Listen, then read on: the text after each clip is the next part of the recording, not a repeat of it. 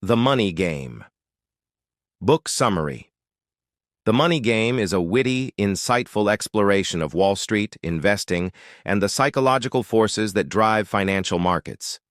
Rather than providing a traditional how-to investment guide, the book treats the world of money and the stock market as a game, one that mixes logic with emotion, skill with luck, and intelligence with irrational behavior.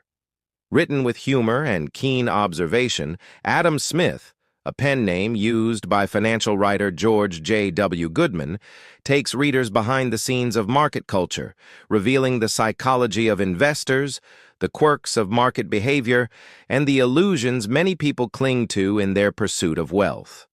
1. The market as a game. Smith argues that investing isn't purely rational economics. It's like a game with its own rules, players, and unwritten conventions. Understanding the market means seeing beyond charts and numbers to the human behaviors that drive decisions: fear, greed, herd mentality, and overconfidence. He deliberately calls it a game to emphasize that success isn't guaranteed by logic alone. It requires self-awareness, timing, and a tolerance for uncertainty. 2. Know yourself, your identity and limits. One of the book's central lessons is that self-knowledge matters more than data. Smith famously notes that if you don't understand who you are, your biases, emotions, and instincts, you'll discover it the hard way in the market, because investing amplifies your psychological tendencies. Whether you're driven by fear of loss, desire for approval, or thrill-seeking, these motives shape your financial choices, often in costly ways. 3. Psychology over fundamentals. Smith emphasizes that crowd psychology often overshadows fundamentals. Market trends, bubbles, and crashes aren't just about earnings or economic data. They're fueled by collective emotion and narrative. Groups can become crowds whose behavior is driven by fear or excitement. Smart investors, he suggests, position themselves to recognize, and sometimes go against, the crowd's impulses. 4. Luck, uncertainty, and information. The book challenges the myth that investing success is all about superior information or a secret formula. Although data and research matter, no strategy works perfectly in every situation.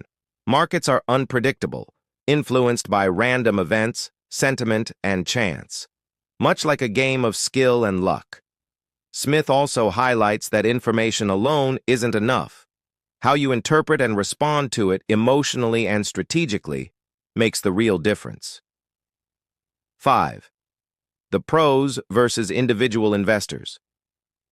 Professionals in the market often behave differently than individual investors. Many focus on short-term performance and status rather than long-term value. Smith notes that professional investors may appear competent, but they're still subject to the same psychological traps: overconfidence, fear of missing out, and herd behavior. The real game, he suggests, isn't just beating benchmarks, it's understanding your own role, strategy, and limits. 6. The seductive nature of the game. The book also explores how investing can become addictive. Even seasoned players can become engrossed in the game of speculation, driven by the thrill of wins and the pain of losses. Smith highlights that money is often not the end goal. The pursuit itself becomes part of human identity and ego. He questions whether the pursuit of wealth is ultimately worth it, challenging readers to think about why they play the game and what success truly means. Key lessons. The stock market is best understood not just as economics, but as a social and psychological game. Self-awareness and emotional discipline matter more than any investment formula. Market outcomes are shaped by human behavior, luck, and irrationality, not just rational calculation. Professionals and amateurs alike are influenced by the same psychological forces, which means no one has a monopoly on wisdom.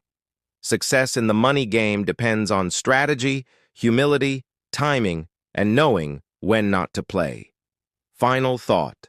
The Money Game remains a classic because it blends humor, insight, critical analysis, and psychological depth to show that money is as much a product of the mind as of markets. It's less a step-by-step guide to riches and more a mirror, reflecting both the market's irrationality and our own. If you'd like, I can also create a faith-centered reinterpretation of its lessons, a study guide with chapter takeaways, or a practical investing action plan inspired by the book. Just tell me what you want next.